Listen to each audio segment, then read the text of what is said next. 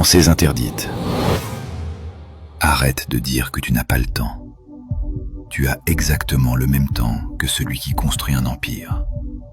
24 heures, 1440 minutes, 86 400 secondes. La vérité qui fait mal. Tu ne manques pas de temps. Tu manques de discipline. Et cette absence de discipline te vole ta vie, minute par minute. Marc Aurèle dirigeait Rome, combattait des barbares, gérait des trahisons et trouvait quand même le temps d'écrire chaque soir. Sénèque était conseiller de l'empereur, gérait des crises politiques et écrivait des traités complets. Ils n'avaient pas plus de temps, ils avaient plus de clarté. Alors voici le réglage brutal que tu dois faire en 2026. Première clé. Arrête de confondre occupation et productivité. Tu es occupé, oui, mais occupé à quoi? Réunions inutiles, scrolling sans fin, conversations qui ne mènent nulle part, distractions déguisées en travail. Être occupé ne veut rien dire. Ce qui compte, c'est ce que tu produis. Et pour produire, il faut protéger ton temps comme on protège sa vie. Deuxième clé. Les 4 heures sacrées. Chaque jour, identifie 4 heures où tu ne fais qu'une chose. Une seule. Pas de multitâche, pas de notification, pas d'interruption. 4 heures de travail profond valent plus que 12 heures de distraction. C'est là que tout se joue. C'est là que tu construis réellement. Troisième clé. Tue tes voleurs de temps. Fais la liste maintenant. Qu'est-ce qui te vole du temps sans rien te donner en retour? Les réseaux sociaux? Les séries que tu regardes par habitude? Les gens qui vident ton énergie? Identifie-les et coupe, sans négociation. Parce que chaque minute donnée à ces voleurs, c'est une minute volée à ta mission. Quatrième clé, la règle des 2 minutes. Si une tâche prend moins de 2 minutes, fais-la immédiatement. Ne la note pas, ne la reporte pas. Fais-la. Parce que accumuler de petites tâches crée un bruit mental qui te paralyse.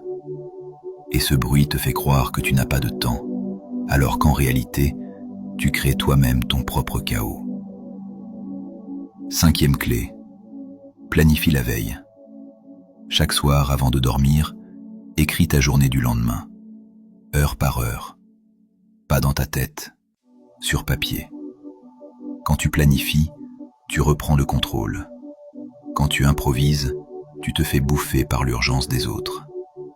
Sénèque disait « Celui qui ne planifie pas sa journée, la vit selon le plan des autres. » Sixième clé, apprends à dire non. Non aux sollicitations.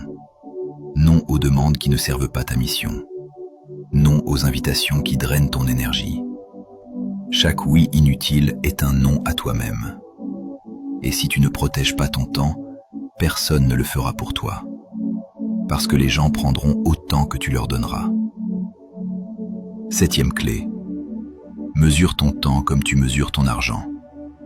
Tiens un journal de temps pendant 1 semaine. Note tout. Chaque heure, chaque activité. Tu vas être choqué. Parce que tu vas découvrir que tu gaspilles entre 3 et 5 heures par jour sur des choses qui ne comptent pas. Et ces heures, cumulées sur un an, représentent des milliers d'heures perdues. Des milliers d'heures que tu aurais pu investir dans ta transformation. Et voilà la vérité finale. Le temps passe exactement à la même vitesse pour tout le monde. Mais certains construisent des empires. D'autres regardent leur vie défiler. La différence? La discipline, la clarté, la capacité à dire non à tout ce qui n'est pas essentiel.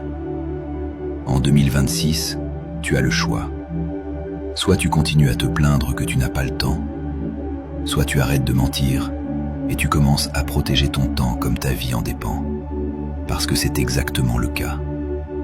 Si tu entends cette voix sur une autre page ou ailleurs, rappelle-toi, l'original vient de Pensées interdites. Merci à tous ceux qui soutiennent le mouvement. L'e-book est disponible via le lien dans la bio. Abonne-toi à Pensées interdites et écris « temps » en commentaire si tu veux un plan exact pour reprendre le contrôle de tes journées. Le temps file, ton excuse aussi.